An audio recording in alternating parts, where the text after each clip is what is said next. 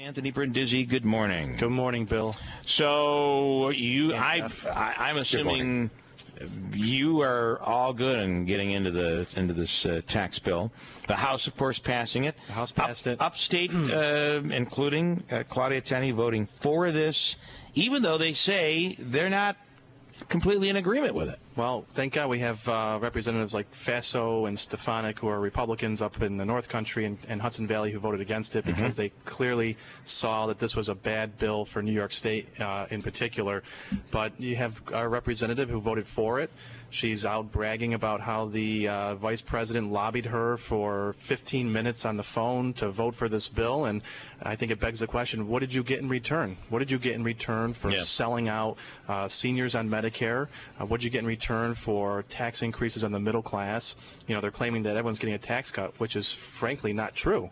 If you look at all the independent reports, whether it was put out by National Association of Realtors, home builders, even Joint Committee on Taxation, which shows that for many people this is going to be a tax increase, and it's going to be paid for on the backs of seniors on Medicare and other programs. Where are you? Because I think any American, any New Yorker, anybody from here is going to be good with tax reform. You could. They say a good percentage of people will be able to fill it all out on a postcard. I kind of like that. You'll be able to have more of your not me. You'll be able to have more of your money. A tax decrease, I think, would be really something that we would like to see. Where do you stand on that? And would you be for, if this is right, if they get it right, would you be for it? Absolutely. A tax cut for people in the middle class, a tax cut for small business, a tax cut for family farms is the kind of tax cut we have. What they passed was a tax cut for the wealthiest Americans and corporations that frankly don't need a tax cut right now, and it's being paid for by cuts in Medicare, Security, by cutting deductions that people in this state rely on, like state and local taxes, deducting out-of-pocket medical expenses, student loan debt. You know, the Americans Against Double Taxation, which is a group made up of Association of Realtors and many other coalitions, did an analysis of this congressional district, and it found that 60% of single filers in this congressional district making under $200,000 a year will see a tax increase under this plan. 10% of married filing jointly will see a tax increase under this plan. Why are some people getting tax increases in the middle class while everybody, every corporation, every billionaire is enjoying a tax increase? Yeah. Everything shows that when you have this trickle-down economics, it's going to benefit those at the top, and it's never going to trickle down to those who truly need a tax cut. Doesn't this, though, really also put a spotlight? I mean, we can be critical of your opponent, Congresswoman Tenney, but at the same time, I said this to Griffo, it does put a spotlight on New York as being this high-tax state. I mean, I think that's something we have to address. We wouldn't be talking about this if we didn't have the high taxes that we have in New York. Absolutely. We have to do a lot more, and I fight every day colleagues from downstate who are against tax cuts, who always want to increase the cost of government, and that's something we have to do a better job here in Albany to get our hands around. But at the same time, we need to have our representatives at the federal level not pull the rug out from underneath us, which is exactly what Representative Tenney and a minority of other Republicans from the state did yesterday. It's not a partisan issue, because you've even seen people like Senator Griffo, who criticized her vote.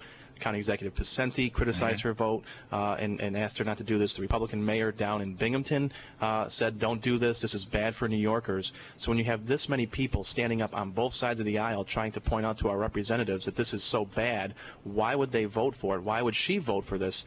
Well, word is the president asked her to Well, the president, she got lobbied by the vice president on the phone, and who knows what was promised in return for her vote.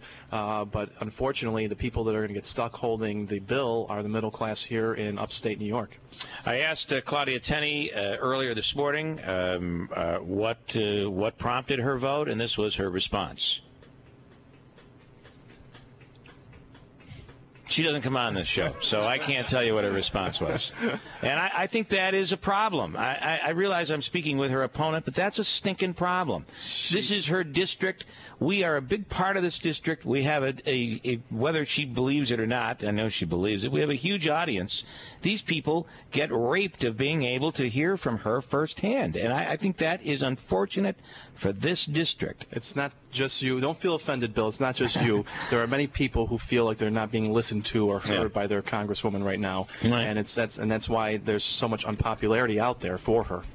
Her vote wasn't make or break on this bill. Let me ask you this. They could have passed it, it looks like, without her vote. I think you're right. We heard this conversation a little bit with healthcare. Like, the House passes its version, the Senate does its version, and then everyone comes together, and then we get one bill. Could that be the case here? Could that be the assurance she got from the Vice President? Look, we'll just get this House bill done. We'll fix it in the Senate when the bill comes.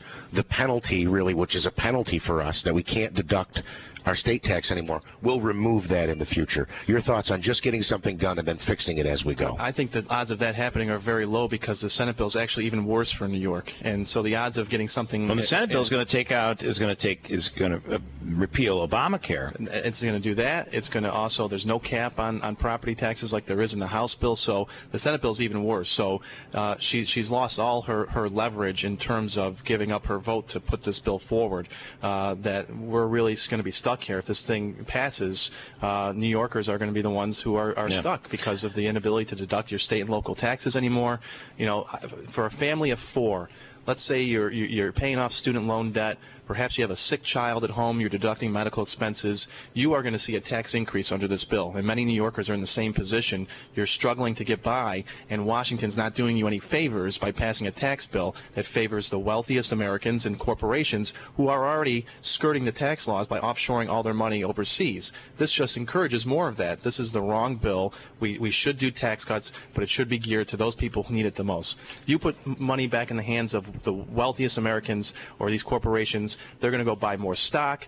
Perhaps they'll buy another island or a yacht. You put money back in the hands of people in this community, they may fix up their house. They may go out to dinner another time a month. They may go out to the store and buy some more goods or services. That contributes to the economy of all of us and supports the economy here in upstate New York. And you don't feel this bill is going to allow for that? Absolutely not. It's going to help the people down on Wall Street. It's going to help special interests. It's going to help major corporations who are already experiencing record profits. It's not going to help folks living in Utica and Rome and Binghamton and Cortland in this community.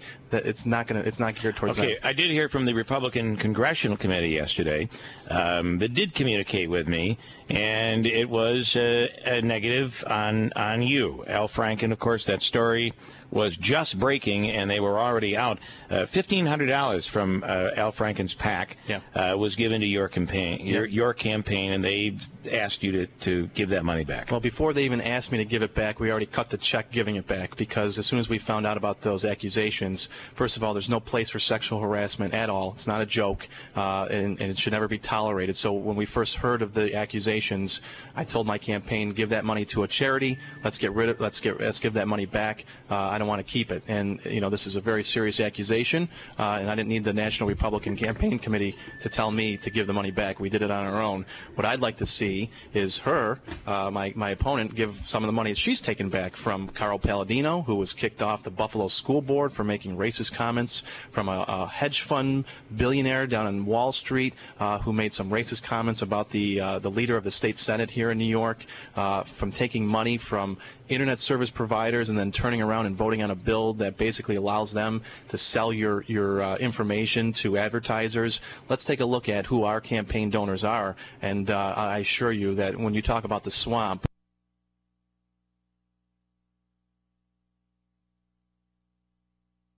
you like it. I do like it. It gives us something to talk about. The campaign's longer than the term, isn't it? I think you might be right.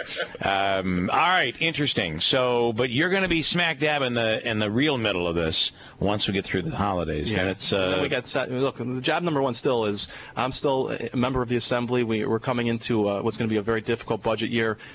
We have lots of things we're still working on here in the state, and that's job number one. And we'll have lots of time for politicking. Money's still good for downtown. I'm hearing a lot of people saying the state is broke. They're gonna renege on the money for the hospital. No, the money's still good. You know, the governor's office had people here yesterday for the unveiling. We're working very diligently with the Department of Health. MVHS is doing that, and I think this is going to be a good thing for the area. Is there going to be a school attached to this hospital? I would very much like to see a medical school attached to this hospital. There's been some talk in the past of putting a. Hold on, it's New Hartford school calling and letting everybody know that they really have school today. Yeah, that's. I've heard things.